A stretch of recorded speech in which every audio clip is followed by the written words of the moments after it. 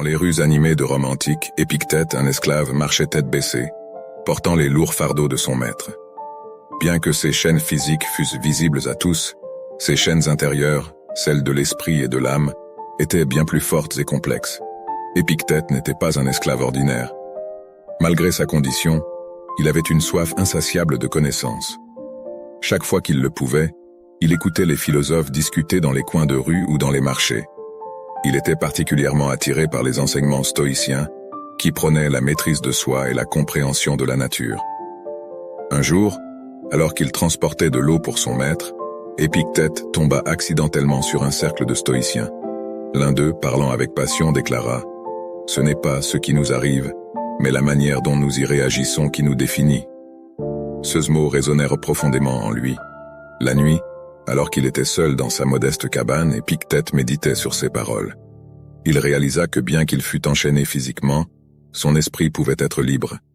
Il commença à voir ces épreuves non pas comme des punitions, mais comme des opportunités d'apprendre et de grandir. Avec le temps, Épictète gagna le respect de ceux qui l'entouraient, y compris son maître. Il partageait ses réflexions et ses enseignements avec d'autres esclaves, les aidant à trouver la paix intérieure malgré leurs circonstances difficiles.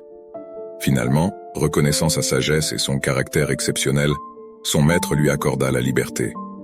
Mais pour Épictète, la véritable liberté avait été atteinte bien avant cette proclamation. Il avait découvert que la liberté véritable ne se trouvait pas dans les chaînes brisées, mais dans un esprit libéré.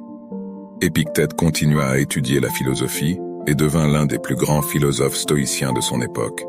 Il enseigna que la clé de la liberté résidait dans la compréhension et l'acceptation de soi, et que les chaînes les plus fortes sont souvent celles que nous nous imposons. Ainsi, l'histoire d'Épictète nous rappelle que même dans les circonstances les plus difficiles, la force intérieure et la persévérance peuvent mener à la liberté véritable.